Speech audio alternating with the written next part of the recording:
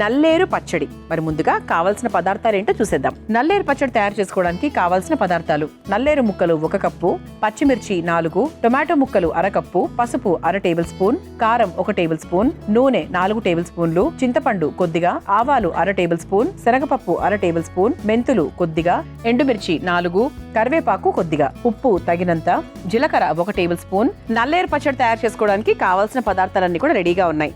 నల్లేరు అనేది చాలా ప్రాచీన వంట. అప్పట్లో పెద్దవాళ్ళు చాలా ఎక్కువగా చేసేటువంటి పచ్చడి అని చెప్పొచ్చు. దాంతో బోల్డ్ రకాల వంటలు కూడా చేస్తూ ఉండేవాళ్ళు.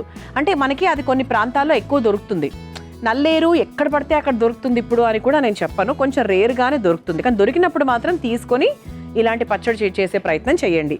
సో నల్లేరులో యాంటీ ఆక్సిడెంట్స్ చాలా అధికంగా ఉంటాయి. సో దానివల్ల ఏంటంటే మనకు శరీరంలో దీర్ఘకాలిక వ్యాధులున్నా, అంటే నొప్పులు, వాపులు వగేరా వగేరా, ఇటువంటి దీర్ఘకాలిక అంటే చాలా లాంగ్ టర్మ్ డిసీజెస్ అంటూ ఉంటారు కదా.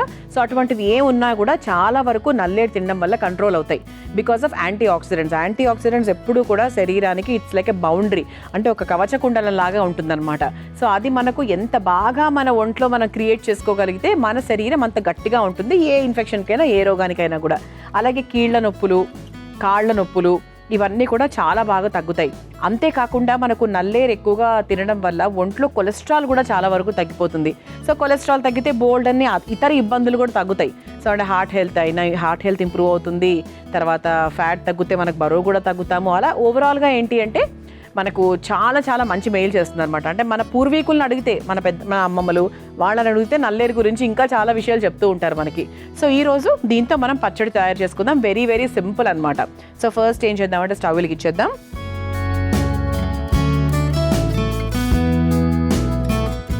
సో స్టవ్ వెలిగించేసుకున్నాము. అంటే సాధారణంగా ఏంటంటే బేసిక్గా లాంగ్ టర్మ్ డిసీజెస్తో అవే కాకుండా వేరే ఇతర ప్రాబ్లమ్స్ కూడా వస్తూ ఉంటాయి. అక్కడి నుంచి ఇంకో దానికి దారి తీయడము అలా వస్తూ ఉంటాయి. సో అవి కూడా చాలా వరకు మనకు తగ్గుతాయి, కంట్రోల్ అవుతాయి నల్లేరు ఎక్కువగా తీసుకుంటూ ఉండడం వల్ల. కానీ మనకి ఇది ఒలిచేటప్పుడు కొంచెం జాగ్రత్తగా చూసుకొని ఒలుచుకోవాలి, అంటే కొంచెం దురదగా ఉంటుందన్నమాట. సో అది ఆ తర్వాత మళ్ళీ అది తాత్కాలికమే, వెరీ టెంపరరీ. ఓకే, సో ఇప్పుడు మనం ఏం చేద్దామంటే కొంచెం నూనె వేసుకొని నల్లేరును చక్కగా వేయించుకుందాం. సో ఏదైనా మామూలుగా మనం సాధారణంగా పచ్చడి చేసేటప్పుడు ఏం చేస్తాము, ముక్కల్ని ముందుగా వేయించుకుంటాం కదా. సో అలాగే ఫస్ట్ వేయించేసుకుందాం. ముందు కాస్త నూనె వేసుకుందాం.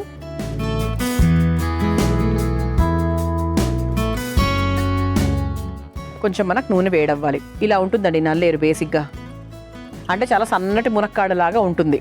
ఓకే, సో దీన్ని మనకి ఈజీగా ఇలా చక్కగా చిన్న చిన్నగా బ్రేక్ చేసేసుకొని ఇలా ఈ ముక్కలుగా ఈ సైజులో చేసుకుంటే సరిపోతుంది. మనం ఎలాగైనా దాన్ని రుబ్బేసుకుంటాం కాబట్టి వేయించుకోవడానికి మనము సులువుగా చేసుకోవాలన్నమాట. సో ఫస్ట్ నూనె లైట్గా వేడైంది కదా. ఇప్పుడు సన్నగా తరుక్కున్న నల్లేరుని ఒక్కసారి కొంచెం మీడియం ఫ్లేమ్లో పెట్టుకొని వేయించేసుకోవాలి. నేను క్వాంటిటీ కొంచెం తక్కువగానే చేసుకుంటున్నాను, అందుకే ఇంత పరిమితి తీసుకున్నాను.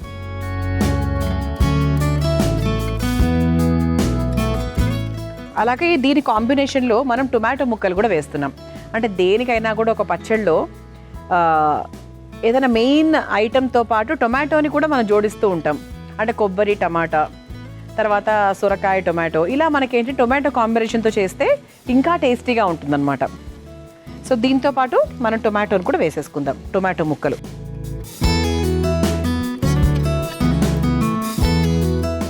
నల్లేరు లైట్గా వేగిన తర్వాత టొమాటో ముక్కలు.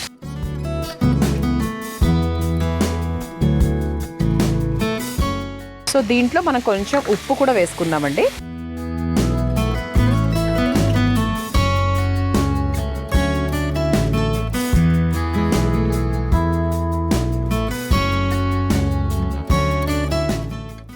ఇది కొంచెం మనకు లైట్గా వేగిన తర్వాత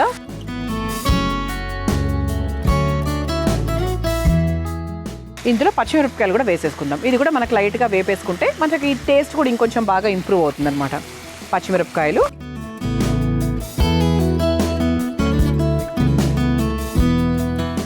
అలాగే కొంచెం పసుపు కూడా వేసేసుకుందాం దీంట్లోనే.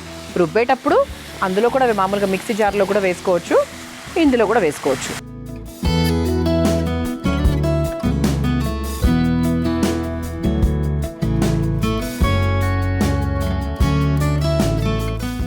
ఆ తర్వాత కొంచెం కారం కూడా వేసేసుకుందాం.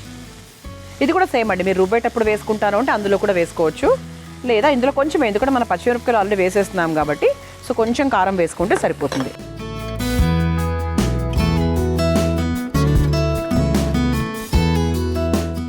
చూసారా చక్కగా లైట్గా మగ్గింది, ఎక్కువ కూడా మగ్గకూడదు, పచ్చడి మీకు తెలుసు కదా ఎలా ఉండాలో. ఆ తర్వాత కొంచెం సేపు నానబెట్టుకున్న చింతపండు రెక్కల్ని కూడా ఈ క్వాంటిటీకి తగ్గట్టుగా మనం వేసుకుందాం. అంటే ఒక 2-3 రెక్కలు అని చెప్పచ్చు.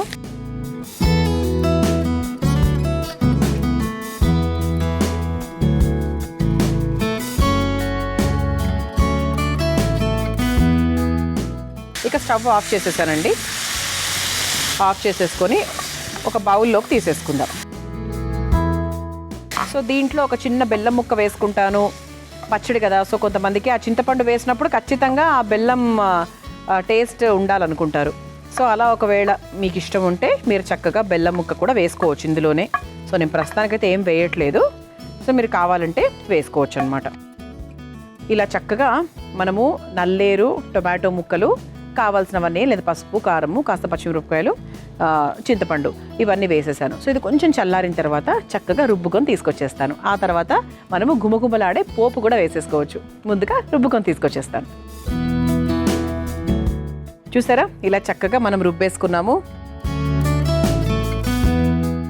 మధ్య మధ్యలో మనకి నల్లేరు, టొమాటో ఇవన్నీ కూడా ఉన్నాయి. నాకు తెలిసి ఖచ్చితంగా పుల్లగా భలే ఉంటుంది అనుకుంటున్నాను. సో ఇప్పుడు ఫస్ట్ ఏం చేయాలంటే మనము పచ్చడి వరకు రెడీ అయిపోయింది, చాలా సింపుల్ అని చెప్పాను కదండి.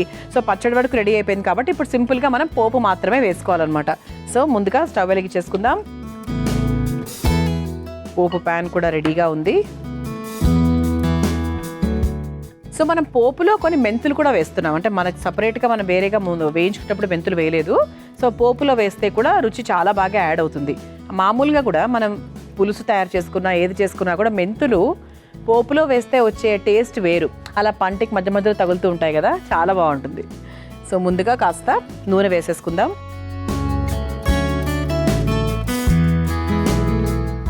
సో నూనె కాస్త వేడైపోయిందండి. ఇప్పుడు ఆవాలు, జీలకర్ర, శనగపప్పు ఇవన్నీ కూడా వేసేసుకుందాం. ఆ తర్వాత ఇంతకుముందు చెప్పినట్టుగా కొన్ని మెంతులు, చాలా కొనండి, మళ్ళీ చేదు రాకుండా జస్ట్ కొంచెం అన్నమాట. మెంతులు,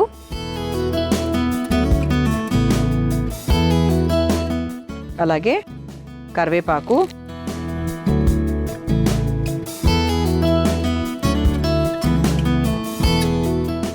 కరివేపాకు వేసుకున్నాక చివరిగా ఎండుమిరపకాయలు.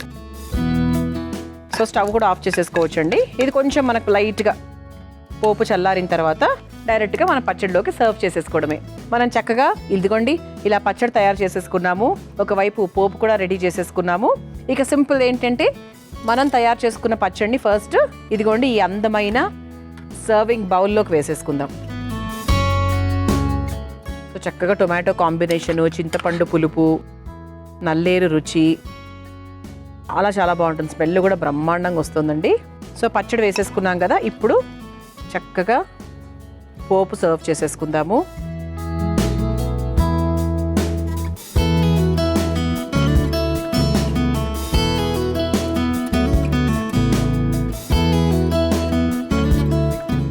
ఇలా చక్కగా కారంగా పుల్లగా నల్లేరు పచ్చడి రెడీ అయిపోయింది. దీన్ని మీరు తయారు చేసుకోవాలనుకుంటే కావాల్సిన పదార్థాలు, తయారు చేసుకునే విధానం మరొకసారి చూసేయండి. నల్లేరు పచ్చడి తయారు చేసుకోవడానికి కావాల్సిన పదార్థాలు: నల్లేరు ముక్కలు 1 కప్పు, పచ్చిమిర్చి 4, టొమాటో ముక్కలు 1/2 కప్పు, పసుపు 1/2 టేబుల్ స్పూన్, కారం 1 టేబుల్ స్పూన్, నూనె 4 టేబుల్ స్పూన్లు, చింతపండు కొద్దిగా, ఆవాలు 1/2 టేబుల్ స్పూన్, శనగపప్పు 1/2 టేబుల్ స్పూన్, మెంతులు కొద్దిగా, ఎండుమిర్చి 4, కరివేపాకు కొద్దిగా, ఉప్పు తగినంత, జీలకర్ర 1 టేబుల్ స్పూన్. నల్లేరు పచ్చడి తయారు చేసుకునే విధానం: ముందుగా స్టవ్ వెలిగించి బాండీలో నూనె వేసి వేడయ్యాక అందులో శుభ్రం చేసుకున్న నల్లేరు ముక్కలు, టొమాటో ముక్కలు, ఉప్పు, పచ్చిమిర్చి, పసుపు, కారం, చింతపండు వేసి మగ్గించుకొని ఆ తర్వాత ఒక బౌల్లోకి తీసుకొని చల్లారాక మెత్తగా రుబ్బుకోవాలి. ఇప్పుడు స్టవ్ వెలిగించి పాన్ లో నూనె వేసి వేడయ్యాక అందులో పోపు దినుసులు, మెంతులు, కరివేపాకు, ఎండుమిర్చి వేసి వేయించుకోవాలి. తర్వాత మెత్తగా రుబ్బుకున్న నల్లేరు పచ్చడిని ఒక సర్వింగ్ బౌల్లోకి తీసుకొని పైనుంచి వేయించుకున్న పోపును వేసి సర్వ్ చేసుకుంటే ఎంతో రుచికరంగా అలాగే ఆరోగ్యకరమైన నల్లేరు పచ్చడి రెడీ.